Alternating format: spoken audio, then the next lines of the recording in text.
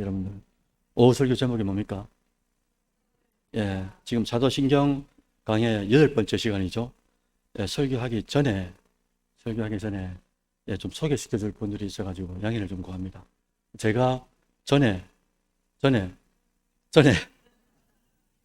2013년부터 2014, 15년, 3년 정도 섬긴 것 같은데, 그곳에서 얼마나 잘 섬겨주셨는지 제가 그때 엄청 많이 배웠습니다. 저기 다대표 동네라고 우리 부산에 청정지역이 있지 않습니까? 다대표에서 장대교회 장대교회에서 장대교회에서 오신 중직자들이 오셨습니다. 장로님들하고 권사님들하고 안수집사님 오셨는데, 잠깐만 일어나오시면 박수를 한번 맞아야 할까요?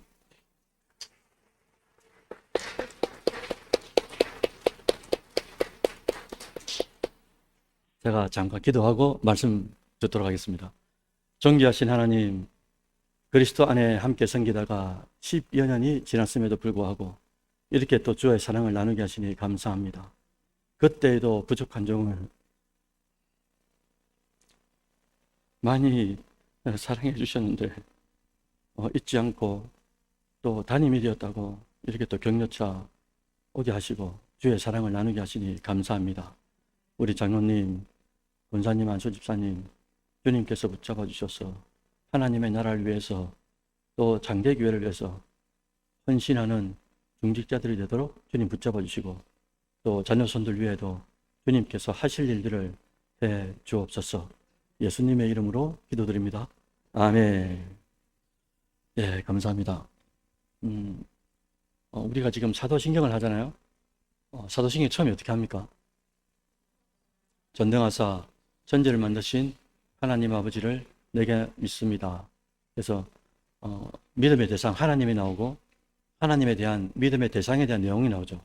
전능하사, 전능하신 하나님, 천지를 만드신 창조주 하나님, 그 다음에 아버지를 했으니까 아버지 하나님. 이게 이제 하나님, 그리고 하나님 아버지에 대한 믿음의 내용이 나왔고, 그 다음 뭐죠? 우리 주 예수 그리스도를 믿사오니, 이게 예수 그리스도에 대한 신분이지 않습니까? 그죠? 우리 주 예수 그리스도 이 나오죠. 그 다음에 뭐가 나오냐니까, 이 예수를 믿는데 믿음의 대상이 예수가 나왔고, 그 다음에 믿음의 대상에 대한 내용이 또 나와야 되죠. 그래서 그죠? 성령으로 잉태하사 탄생, 그 다음에 본디오 빌라도에게 죽으시고 죽음, 그 다음에 3일 만에 부활하시고, 그 다음에 하늘에 오르사 승천하시고, 그 다음에 절이로서 산자와 죽은 자를 심판하러 오시리라 재림하시죠. 이게 탄생, 죽음, 부활, 승천, 재림, 독수리 오형제라 그래가지고 이게 예수님의 5가지 믿음의 내용이다. 그 다음에 이제 어디로 넘어갑니까? 지난주까지 우리가 첫째 믿음의 대상 하나님에 대해서 했고요. 그 다음에 두 번째 믿음의 대상 예수님에 대해서 했고, 오늘 어디로 넘어가죠? 지금 정신 차린 거죠? 지금 성령에 대해서 하는데 성령의 단비가 막 내려야 되는데, 지금 지금 보니까 잠이 오시려고 하시는 분들이 있는데, 그래서 성령을 믿사오며 하고, 그 다음에 이제 성령에 대한 내용이 나오죠. 성령이 어떤 사역을 하시는지. 오늘은 그래서 제목이 뭐였습니까? 성령을 믿으라. 믿음의 대상 성령이 누구신가? 그리고 우리 안에 오신다고 하셨고, 오신 이 성령께서 내주하시는 성령이 어떤 일을 하시는가? 이걸 간단하게 잠깐 이제 함께 보려고 합니다. 황승빈 오셨는가요? 승빈님, 누군가가 당신에게 물었어요. 뭐라고 물었냐니까, 성령님이 승빈 청년에게 어떤 분입니까? 이렇게 물었습니다.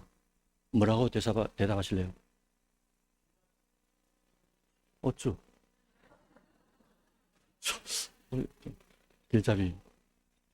더 이상 좋은 표현 없을 것 같아요. 길잡이다. 짠가 아닙니다. 지금 처음 물은 거예요. 저는 저한테 물으시면 제가 이렇게 대답할 것 같아요. 성령님이 누구십니까? 물으면 저는 우리가 육체로 사는 동안에 가장 존귀히 여겨야 될 분입니다. 이렇게 말할 것 같고요. 그 다음에 또 요걸 한 가지 더 붙인다면은 우리가 가장 존귀히 여겨야 되는 그분인데, 근데 그 반대로 가장 무시하는 존재가 바로 성령입니다. 이렇게 말할 것 같아요. 그러면 왜 우리가 존귀히 여겨야 될 성령님을 왜 무시하게 할까? 왜 그렇겠습니까? 첫째는 성령에 대해 무지한 거예요. 무지하니까 무시하죠. 모르니까 무시한단 말입니다. 만약에 여러분들 성령이 내 안에 계심을 내가 알아도 실제 삶의 주인이 내 기분이 되는 성도들이 대단히 많아요.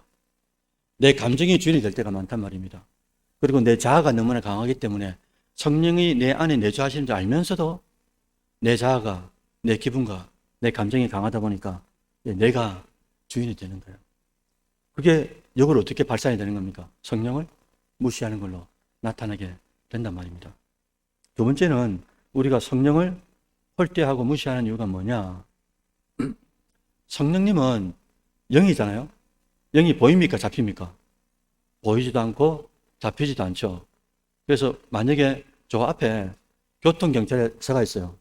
그럼 교통경찰이 우리 앞에 보이는데 누가 그 앞에서 불법 유턴을 할 수 있겠어요? 못할 것 아닙니까? 우리는 어떠느냐? 보이지 않고 잡히지 않는 성령이라고 생각하기 때문에 잘 인지를 못하는 거예요. 인지를. 그래서 어떻게 합니까? 실존하는 줄 믿으면서도 그 믿음을 망각하고 살아갈 때가 대단히 많다라는 거예요. 여러분, 우리가 잘 알고 있는 요셉도 보디발 부인의 유혹에 어떻게 합니까? 뭐라고 하죠? 날마다 와가 눈짓하고 육체적 관계를 요구할 때 그때 이 요셉이 뭐라고 합니까? 내가 어찌 누가 앞에 있어요? 뭐 한다고 합니까? 어떻게 내가 하나님 앞에 득죄하겠냐고. 여러분, 하나님 보입니까? 안 보입니까? 근데 뭐로 바라보는 겁니까? 보이지 않는 하나님을 믿음으로 바라보는 거예요. 보이지 않는데 하나님이 내 앞에 계신 것처럼 그렇게 요셉은 살았다는 겁니다. 그러니까 이 여인이 날마다 와서 유혹할 때 어떻게 내가 하나님 앞에 득죄하겠냐고 믿음의 고백을 하고 도망을 가는데 결국은 누명을 쓰지만 또 감옥에 들어가지만 그것도 괜찮다 이거죠. 하나님이 하실 일이 있다. 이렇게 믿음의 사람은 보이지 않는 하나님을 보는 것처럼 믿고 산다라는 거죠. 여러분 다시 말씀드립니다. 우리는 성령님을 진짜 잘 알아야 되는 거예요. 왜냐하면 오늘 본문의 말씀처럼 성령은 오늘 16절, 17절 뭐라고 했냐면요. 또 다른 보혜사다 이렇게 말했습니다. 또 다르단 말은 원래가 하나 있었죠. 빨간 사과가 하나 있는데 여러 가지 사과 중에 또 빨간 사과가 하나 있단 말이죠. 똑같은 사과가 하나 있는데 그게 이제 예수님이 보혜사로 계시고 또 다른 보혜사, 제2의 보혜사 성령님이 계신데 이분이 계시다. 그 다음 또 뭐라고 했냐니까 16절, 17절에 우리와 영원히 함께 하신다라고 약속을 해주셨어요. 성령이 어떤 일을 하는지. 거기다가 이분은 우리와 함께 하시면서 아까 승민 청년이 대답해 주신 것처럼 진리의 영이기 때문에 우리의 길잡이가 되어준다. 진리의 영이다. 본문에 그렇게 되어 있습니다. 그리고 마지막에 뭐라고 되냐니까 우리 안에 거하신다. 이렇게 되어 있어요. 자, 우리 안에 거하신다. 이걸 한자로 좀 어렵게 말하면 뭐가 될까요? 성령의 내주가 되겠죠. 성령의 내주. 내 안에 존재하신다. 이거죠. 간사님 사진 하나 띄워주실랍니까? 여러분 혹시 저분 아십니까? 청년들은 잘 모르실 테고 70년대, 80년대 되게 유명하신 분이잖아요. 이름 몰라도 됩니다. 현석이라는 탤런트인데 저분이 제가 잊을 수가 없어요. 사역을 하면서. 저분이 2010년도인가 포항에서 이렇게 시의원들하고 이렇게 식사를 하시다가 그때 뭘 드셨냐니까 복국을 드셨어요. 복을 드시면 복 안에 뭐가 있습니까, 여러분들? 말 잘못했습니다. 복국이 아니고 복을 드셨다 하셨어요. 어떤 복을 드셨는지는 모르겠는데 하여튼 복을 드셨는데 며칠 동안 이게 의식불명이 되신 거죠. 그런데 며칠 동안 의식불명이 되신 그게 뉴스에도 나왔고 그 다음에 의식불명으로 있다가 며칠 만에 깨어난 것도 뉴스에 나오셨어요. 며칠 동안 의식이 없는 가운데 현석이 탤런트 이 어른이 놀라운 체험을 하게 됩니다. 그 체험이 뭐냐니까 이렇게 누워있잖아요, 병원에. 이게 내 몸이 내 몸인데 내 몸같이 움직이질 않는 거예요. 내 의식은 내 안에 있는데, 몸 안에 있는데. 그래서 밖에서 지금 간호사님들, 의사들이 말하는 게 다 들리는 겁니다. 이분이 뭐라고 이야기하시냐니까 의사들이, 간호사들이 와가지고 자기 몸을 두고 그게 다 들리는 거예요. 뭐라고 하냐니까 야, 이 탤런트 왜 이리 무겁지? 그렇게 진짜 그렇게 하셨어요. 그리고 왜 이래 이렇게 그걸 하냐고. 지금 이분이 다 듣고 있는데 듣고 있는데, 의식은 불명이지만 듣고 있는데 안에서. 그런 말들이 다 들리다는 거예요. 문제는 내 의식은 살아있는데 아무도 도와주지 않는다는 거예요. 안에서 지금 아무리 고함 쳐도 이게 밖으로 들리지가 않잖아요. 이걸 어떻게 표현하냐니까 우리 식으로 표현하면 절대 고독이라 그럽니다. 절대 고독. 아무리 소리쳐도 들어주지 않는 우주의 그 뭐라 그러죠? 우주의 미아가 된 것처럼 그런 상태를 이 현석 탤런트 이 어른이 경험을 하신 거예요. 그때 이 현석 탤런트 이 어른이 뭘 느끼겠습니까, 여러분? 나는 있는데, 의식적으로 내 안에 있는데 아무리 고함쳐도 아무도 못 듣는 거예요. 우주의 미아처럼 있는 겁니다. 이때 음습한 게 뭐냐니까 두렵고 무서움이 음습하더라고요. 나는 있는데 고함을 쳐도 아무도 들어주는 이가 없으니까. 만약 이런 상황이 우리 청년들에게 도래했다. 자, 여러분들 그 순간 어떻게 하시겠어요? 이름을 거론해야 됩니까?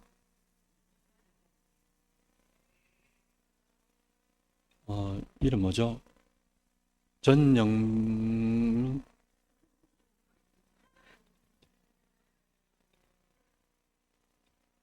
여러분 일단 상상의 나래를 한번 펴보세요. 이런 상황이 나한테 도래했다. 우리가 어떻게 할까? 믿음의 청년은 이렇게 해야 될 것 같아요. 그 순간 우리가 무엇을 의지하냐니까 요한복음 14장 18절입니다. 같이 한번 보실까요? 자, 같이 한번 읽어보시죠. 시작.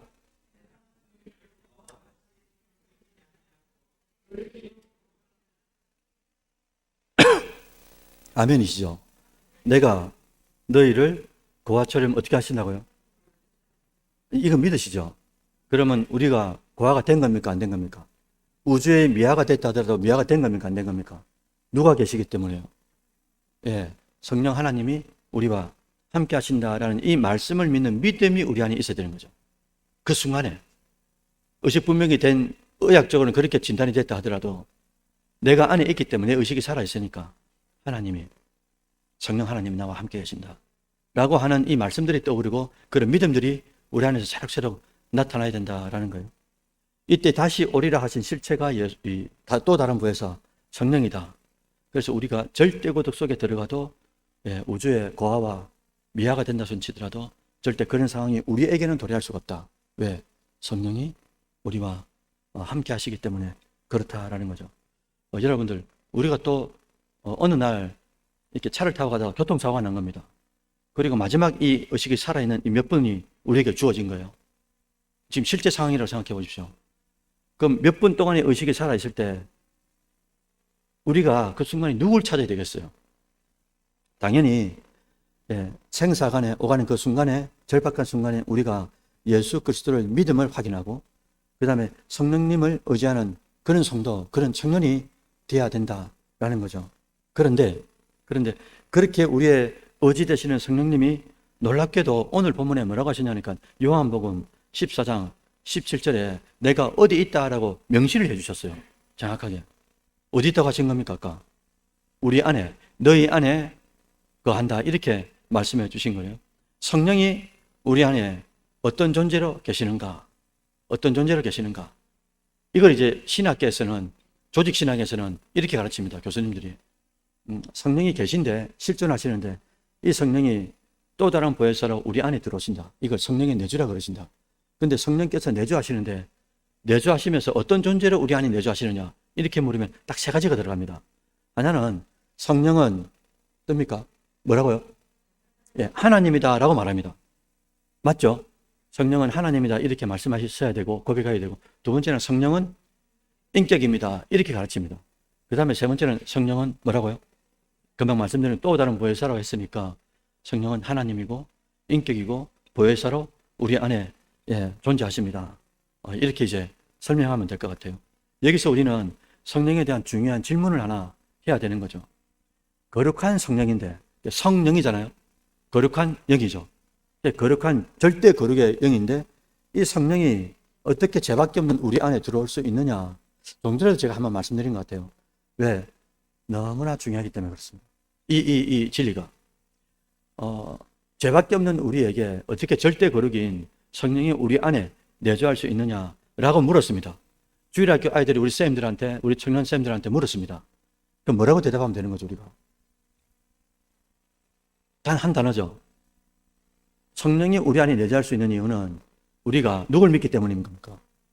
네, 제1차 보배사인 예수를 구원자로 믿으니까 예수님이 가지고 있는 그 의가 우리에게 뭐가 된다 그러죠?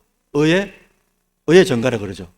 예수님만이 가지고 있는 이 의, 죄 없음, 의로움, 이게 의의 전가를 통해서 우리에게 전가가 되는데, 그래서 목사님들이나 신학교 교수님들이 뭐라고 가르치냐니까 이런 거죠.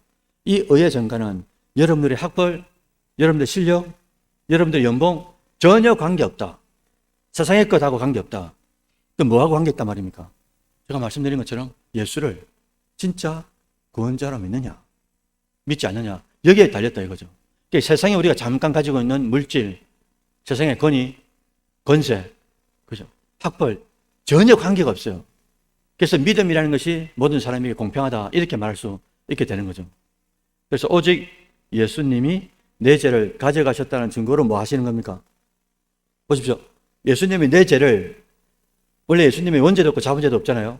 그래서 죽을 수 없지 않습니까? 죄가 없으니까 죄의 삭신 사망이 임할 수가 없잖아요. 근데 예수님이 십자가에 죽었다고 말했단 말입니다. 그럼 죽었단 말은 뭐가 있어야 되는 겁니까? 죄가 있어야 되죠. 그 죄가 누구 죄냔 말이죠. 그래서 내 죄를 가져가셔서 죽을 수 있는 조건을 갖추셨다. 이게 이제 대속이 되죠. 예수님이 십자가에 죽은 게 되고, 그 다음에 3일 만에 뭐 하시는 겁니까? 3일 만에 부활했단 말은 뭐를 상징한다고요? 내 죄 때문에 죽으셨다가 3일 만에 부활했단 말은, 다시 살아났단 말은 죄값을 다 치르셨기 때문에 죽음의 감옥에서 나오셨다는 말 아니겠어요? 그러니까 이것, 예수님이 죽으셨다가 죽으신 이유가 뭐냐? 예수님이 부활하셨다. 부활한 이유가 뭐냐? 이걸 믿는 걸 복음 중에 복음이라는 거예요. 그러니까 이걸 믿으면 진짜 죽어있는 영이, 누구라도 이거 진짜 믿어지면, 물론 믿음도 하나님께 주시는 외부로부터 들어오는 선물이지만 이 선물을 받는 사람들은 남녀노소를 막론하고 누구든지 거듭나게 되어 있습니다. 왜? 그게 복음이기 때문에. 예수가 내 죄를 위해서 죽어주시고 죽을 수 없는 존재가 죽으셨다.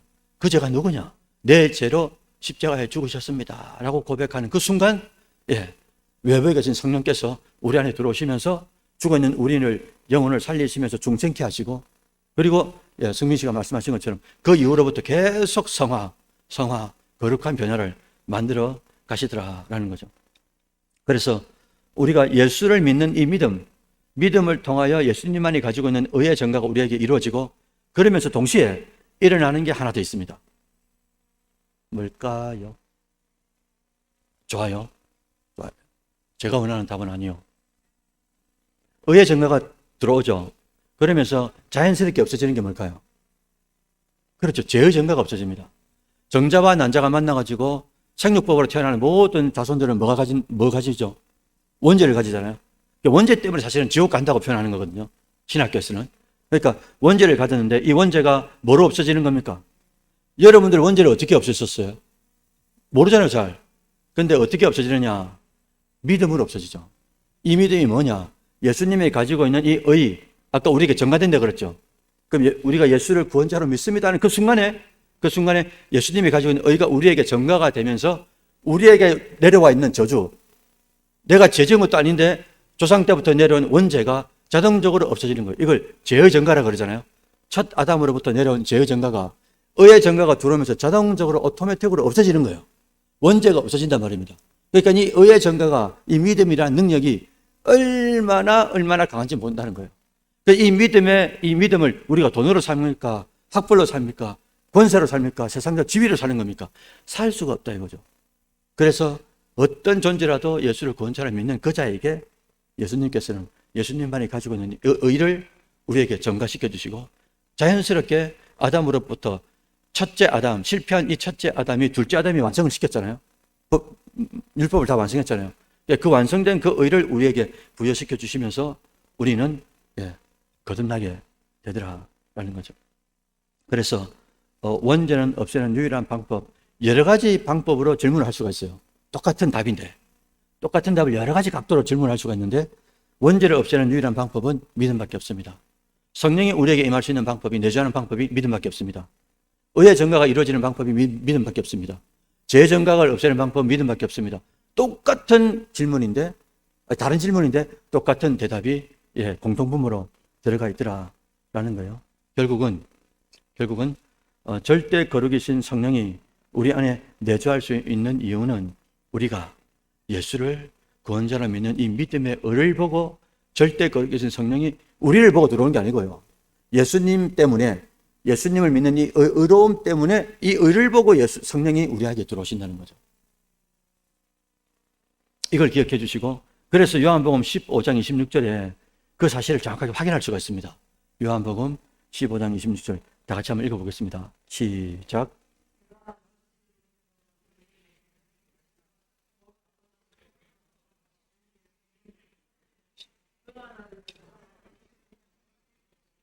자, 이제 재밌어지는 거죠. 뭐라고 하시냐니까 내가 아버지께로부터 너희에게 보낼 뭐라고요? 보혜사 곧 뭐랬습니까? 아버지께로부터 나오시는 무슨 명령? 진리의 성령이 오실 때 그 다음 뭐라고 하셨습니까? 그가 여기서 그는 누군 거죠? 성령이 그 다음에 나는 누굽니까? 예수죠. 그러니까 성령이 예수인 나를 뭐 한다고요? 누굴 통해서 말입니까? 여러분들을 통해서, 여러분을 통해서. 성령이 직접 일하시는 게 아니고 반드시 성령이 어떤 존재에게 내주하셔가지고 내주받은 이 믿음의 사람이 우리를 통해서 예수 그리스도를 증거한다. 자, 여기서 우리는 성령님에 대한 오해를 하나 풀어야 될 것 같아요. 여러분, 우리가 많이 간구하잖아요. 기도하잖아요. 성령이 우리 안에 오시는 이유는 여러분들의 미래를 보장하기 위해서 오는 게 절대 아닙니다. 아까 뭐라고 하셨습니까? 요한복음 15장 26절에 성령이 우리 안에 오면 뭐 하신다고요? 그가 나를 증거하신다 하셨잖아요. 사실은 이게 마지막 종착역 터미널이 어디냐면요, 예수를 증거하기 위해서 성령이 오신단 말이죠. 그래서 우리에게 건강을 주시고, 우리에게 물질을 주시고, 우리에게 직장을 주시고, 우리에게 사업들을 주시고, 이 모든 목적이 어디입니까? 내가 이 땅에 사는 동안, 육체로 사는 동안에 뭐 하기 위해서란 말입니까? 성령이 내 안에 내주하시는 목적은 직장도 좋고 연애도 좋고 학업도 좋고 다 좋습니다. 그런데 이건 과정일 뿐인 거예요. 결국은 뭐라고요? 내가 어떤 삶의 현실에 있든지 간에 그 현실 속에서 예수를 증거하기 위하여 성령이 내주하신다. 이걸 놓쳐버리는 순간에, 이걸 놓쳐버리면 성령은 뭐가 되냐니까, 옛날에 그 어디입니까? 아라비안 나이트 이렇게 비비면 이거 지니가 나와가지고 주인님 뭘 도와드릴까요?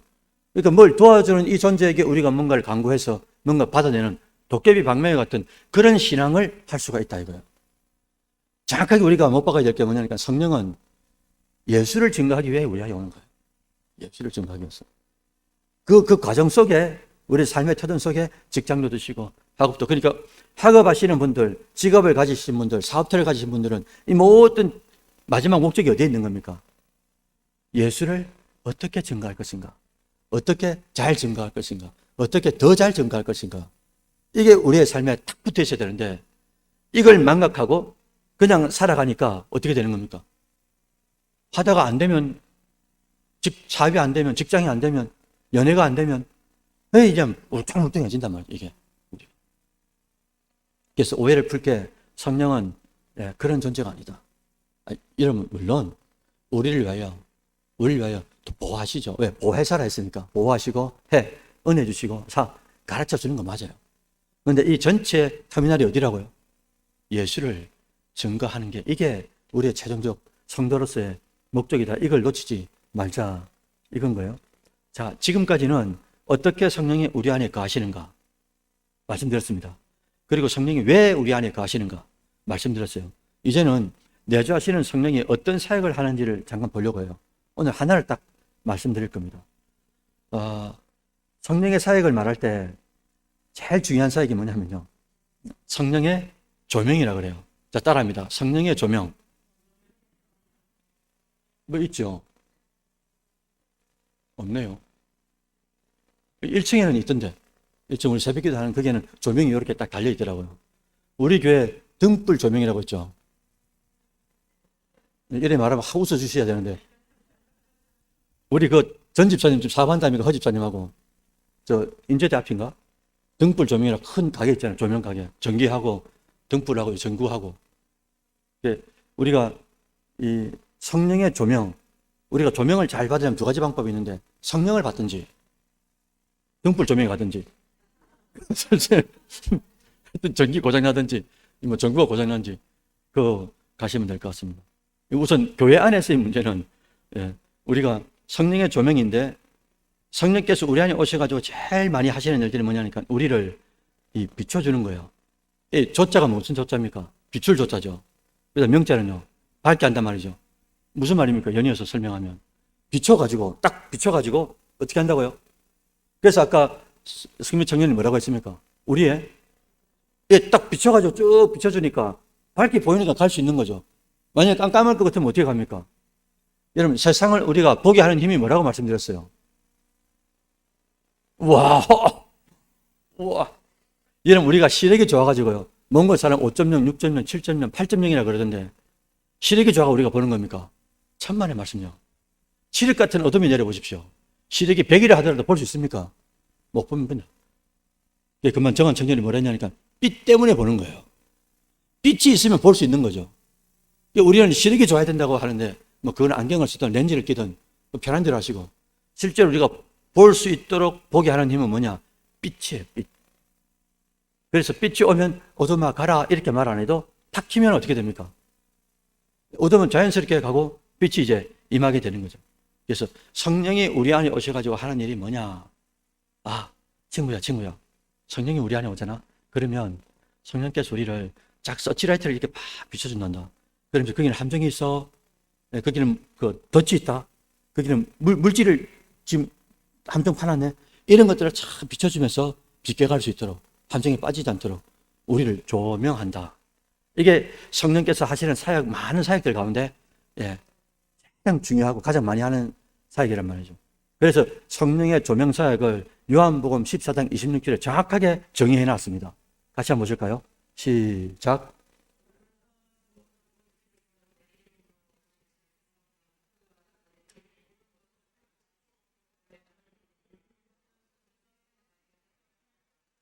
아멘. 몇 장 몇 절이라고요? 요한복음 14장 26절. 성경의 3만 1000구절 중에 제가 탑10 안에 가장 좋아하는 구절입니다. 항상 기도할 때마다 읊조리는 거예요. 보혜사 곧 아버지께서 내 이름으로 보내실 성령, 그가 너희에게, 그 다음 뭐랬습니까? 모든 것을 가르친다 했죠. 그 다음에 뭐라고요? 모든 것을 조명한다 이거죠. 가르치는 것도 생각나게 하는 것도 다 조명하는 거잖아요. 비춰서 알게 한다 아닙니까? 성령이 조명하는 목적은 가르쳐 주시고 생각나게 하는 그 은혜를 위하여 우리 안에 존재한다. 이렇게 이제 말씀하신다는 거예요. 조금 더 깊이 들어가 보면은, 그래서 조명을 다른 말로 이렇게 표현합니다. 아까 성령을 뭐라 그랬죠? 보혜사가 아니고 그 앞에 무슨 접두가 붙어요? 또 다른 보혜사라 그랬죠. 성령이 또 다른 보혜사입니다. 이제 이 조명을 다른 말로 뭐라 그러냐면 신학교에서 이렇게 말합니다. 다른 깨달음이라 그래요. 다른 깨달음. 그러니까 다른 보혜사가 성령이듯이 성령이 우리에게 어떤 깨달음을 준다고요? 다른 깨달음을 준다 이거예요. 예를 들어 볼게요. 제가 1990년도 한창 20 중반 넘어서 제가 예수를 믿었지 않습니까? 그리고 30살에 딱 돼가지고 신학교를 들어갔잖아요. 1990년 중후반에 봄날, 지금보다 조금 따뜻할 텐데 이 봄날에 제가 처음 교회에 가봤어요. 교회라는 동네를 갔는데 그러다가 몇 달 이렇게 교회 마당만 밟고 왔다 갔다 했죠. 담배도 피우고 뭐 할 거 다 하면서 왔다 갔다 했습니다. 그런데 어느 날 늘 듣던 말씀인데 다른 깨달음으로 똑같은 말씀인데 목사님이 똑같은 말씀을 하시는데 다른 깨달음으로 저에게 복음으로 조명이 딱 돼버린 거예요. 예수님의 십자가 사건이 나를 위한 사건이다라는 게 믿어져 버린 거예요. 뭐 작정하고 한 거 아닙니다. 근데 말씀을 그냥 평소처럼 듣는데 믿어져 버려. 여러분, 세상에 가장 큰 은혜가 뭡니까? 믿어라 때려가지고 되는 게 아니고 그 믿어지는 걸 어떻게 합니까? 홍해를 건넜다는데 믿어지는 걸 어떻게 해 이거? 믿어지니까 칼 찔러도 어떻게 합니까? 믿는다고 고백하는 거잖아요. 믿어지는 거예요. 그리고 예수님은 성령으로 잉태해서 원죄가 없다는 게 믿어지고 또 신성과 인성이 있는데 신성으로 인성을 다스려가지고 100% 말씀에 순종했다는 게 믿어지는 거예요. 자범죄도 없는 거죠. 그러니까. 그래서 십자가에서 원죄와 자범죄가 없어가지고 죽을 수 없는 예수님이 죽었다?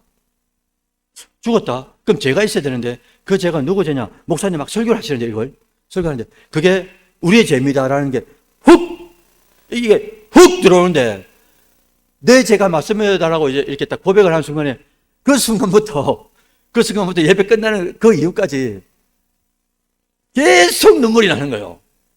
계속 눈물이 나더라고요. 그래서 뒤에서 사모님하고 성도들 몇 분들이 보고 어떻게 한 청년 저 선생님 저거 어떡하노 저거 이렇게 앞에 앉아서 막 이렇게 하고 있으니까 나중에 아무것도 모르니까 제가 사모님한테 가서 사모님 저 어떡합니까? 그랬더니 올게 왔다고. 올게 왔다고. 이장 올게 왔으니까 제가 어떻게 하겠습니까? 저도 마음속에 그런 건 있었거든요. 교회를 다니면서 춤추러 다니고 담배 피우고 술 먹고 이거 안 된다 아닙니까 사실은. 남자가 한번 태어났는데 믿으려면 똑바로 믿어야 되지. 마음속에 막 구하지는 않아도 한번 뭔가가 있다고 그러시는데 한번 내 마음에 진짜 내가 믿어지면 내가 인정이 되면 그때부터 내가 다 뭐 완벽하게 말씀대로 살 수는 없지만은 한번 그렇게 살아버리라 하는 여지가 좀 있었어요 제 마음속에. 근데 올게 왔죠. 거부할 수 없으면 내가 내 스스로가 인정할 수 있는 순간이 왔지 않습니까? 늘 같은 거였지만 다른 깨달음이 나한테 온 거예요. 그 깨달음을 가지고 진짜 이제 뱁새, 재민이, 영내 다 임마 전화하지 마라. 너희 우리 어머니 교회 다니는 거 우리 외가족은 전부 다 목사님이고 사모님이고 다 알지? 우리 술 먹으면서 이야기했다 이거. 내 예수 믿고 그랬으니까 뱁새 니도 전화하지 마. 춤추러 갈 때도 전화하지 마라. 나 이제 춤 안 춘다 이제. 춤 안 출 거니까. 그리고 진짜 한순간에 예, 춤, 그 다음에 술, 담배는 외람되지만 조금 걸렸습니다. 이제 그러면서 신압으로 진짜 이제 변화가 되는 거죠. 왜? 나에게 오신 이분을 놓치기가 엄청 싫었던 거예요. 그 감동이. 그죠? 늘 있었던 깨달음인데 다른 깨달음은 나한테 찾아와 주셨으니까 이 오신 하나님, 성령이 너무나 감사한 거예요. 내밖에 모르는 나를 주님께서 오셔가지고 이렇게 또 뭐가 뭔지 모르지만 어쨌든 자녀 삼아 주신다 하고 권세를 주신다 하고 뭐 이러시니까 이게 뭐 믿어지는 거예요. 그냥 뭐라고 말해도. 어느 권사님이 같은 교회 친한 집사님하고 다투게 된 거예요. 사실 권사님이 잘못한 게 없습니다. 그런데 이상하게 새벽기도 나와가지고 기도할 때마다 성령님께서 양심을 이렇게 두들깁니다. 네가 먼저 가서 미안하다라고 말해라. 내가 잘못한 게 없는데요. 아무리 생각해도 내가 잘못한 게 없는데 어떻게 미안하다고 할 수 있냐고 자꾸 이제 고집을 피우신 거예요, 권사님이. 근데 어느 날 새벽 기도 때 기도하는데 갑자기 앞에 십자가가 딱 떠들어갑니다. 까마도 보이고 떠도 보이도 이거 환상이라 그러잖아요. 수준 있는 환상. 까마도 보이고 떠도 보이고. 똑같은 십자가 딱 뜨는데 십자가 딱 떠서 다시 보니까 그게 예수님께서 이렇게 딱 달리시더라는 거예요. 주님께서 뭐라고 하시냐니까 딱 뭐라고 말씀하시는데 말하기 전에 내가 알겠다는 거예요. 권사님이. 그런 거 있지 않습니까? 우리가. 말하기 전에 뭐라고 딱 알겠는데 바로 고개를 숙인 거죠. 주님께서 뭐라고 하시냐니까 야야 내가 죄가 있어서 십자가에 죽었느냐. 이렇게 말씀하시는 거예요. 여러분 이 말씀을 실제로 들었다 생각해 보십시오. 우리가 아무리 잘못한 게 없다 하더라도 주님이 그렇게 나한테 말씀하시는데 우리가 꼬꾸라지지 않겠어요. 다 내려놓게 되는 거죠. 성령에 의해 새롭게 조명될 때 그때는 원래 늘 있는 그거였지만 다른 깨달음으로 우리에게 들어오더라라는 거예요. 여러분 이렇게 성령의 조명에 민감하게 순응하게 될 때, 순종하게 될 때, 복종하게 될 때 일어나는 영적 현상이 있는데 그게 고린도후서 13장 13절입니다. 같이 한번 읽어봅니다. 시작. 주 예수 그리스도의 은혜와 하나님의 사랑과 성령의 교통하심이 너희 무리와 함께 있을지어다. 이거 어디서 많이 들어보지 않습니까? 축도할 때 뭘 하셨어요? 그리스도는 은혜, 하나님은 사랑, 그 다음 성령하고 뭐가 딱 맞물렸습니까? 성령 교통이죠. 교통을 우리 쉬운 말로 하면 교감하고 소통하고 그죠? 이거 아닙니까? 우리가 성령의 조명이죠. 이게 뭔가 탁 비춰졌죠.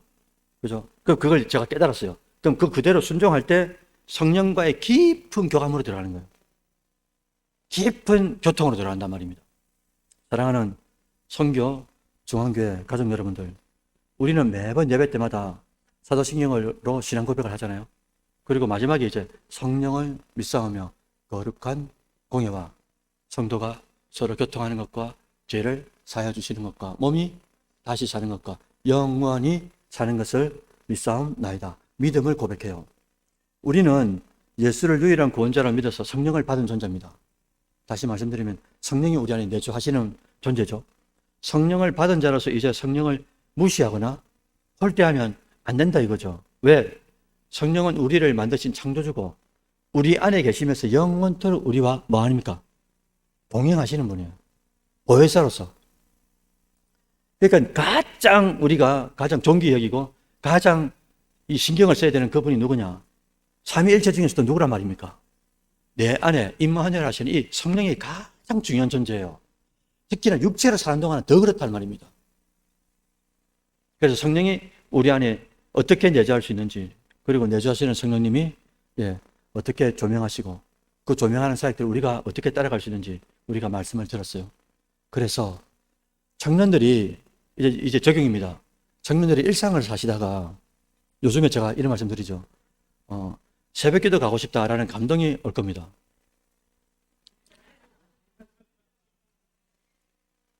하동훈 청년 오셨어요?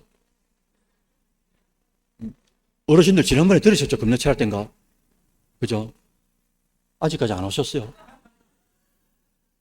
기다리고 있으니까 빨리 성령이 가락할 때 오서. 부담 갖지 마시고요. 편안하게 하시면 됩니다. 그래서 새벽 기도를 가고 싶다. 이거 누가 조명하는 겁니까? 물론 하동훈 청년한테는 제가 그거 한 거죠. 성령께서 하실 일을 제가 대신하신 거지만 또 기도하고 싶다. 내가 시험을 치다가 떨어졌구나. 또 사업을 하다가 실패했지 않습니까? 그때 우리가 뭐 합니까? 우리가 개업하면 뭐 하죠? 개업 예배 드리죠. 여러분, 폐업하면 폐업 예배 드리는 거 봤습니까? 왜 안 하죠, 그걸? 다 사람한테 보려고 하니까 그런 거예요. 우리가 왜 부끄러울 게 뭐 있습니까? 떨어질 수도 있고, 폐업할 수도 있죠. 폐업하면 어떻게 해야 됩니까? 할 때는 어떤 마음으로 하겠습니까? 폐업을 작정하고 하는 사람이 어디 있겠어요? 예? 그죠? 일어나라고 하죠.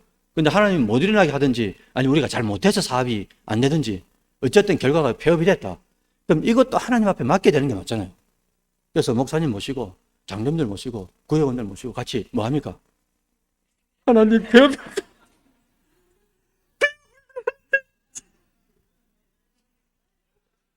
아니, 이게 믿음으로 가는 거잖아요. 폐업도 믿음으로 폐업한다.